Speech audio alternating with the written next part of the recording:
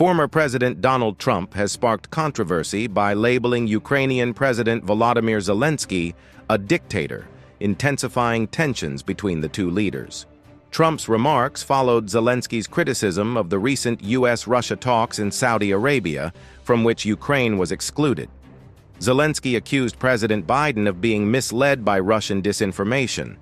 During a Saudi-backed investment event in Florida, Trump claimed Zelensky was adept at manipulating Biden. This prompted backlash from European leaders, including German Chancellor Olaf Scholz, who emphasized that denying Zelensky's democratic legitimacy is both wrong and dangerous. UK Prime Minister Sir Keir Starmer also expressed support for Zelensky during a call, highlighting the legitimacy of Ukraine's leadership, especially during wartime.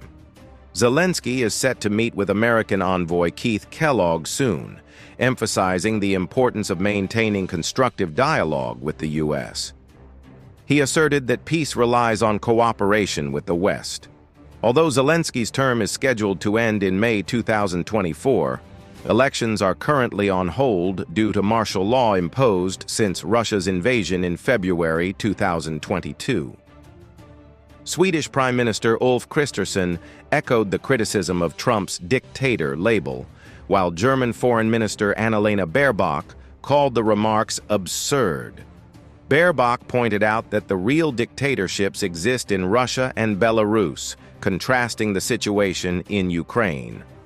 Trump's comments came shortly after he reiterated his stance on social media, claiming Zelensky was avoiding elections and that his approval ratings were low amid the ongoing devastation in Ukraine. He also accused Zelensky's government of failing to honor an agreement regarding rare earth minerals. In response, a White House official indicated that Trump's comments were a reaction to Zelensky's earlier remarks about disinformation. The exchange of words began at a Mar-a-Lago news conference, where Trump shifted blame for the war onto Ukraine, suggesting it could have been resolved amicably. Zelensky soon countered this by asserting that disinformation was rampant and primarily originating from Russia, expressing concerns about Trump's stance. He further noted that the choice for the world was between supporting Putin or pursuing peace. Trump's claim that Zelensky had an approval rating of just 4% was contradicted by recent polling, which found a 57% trust rate among Ukrainians for their president.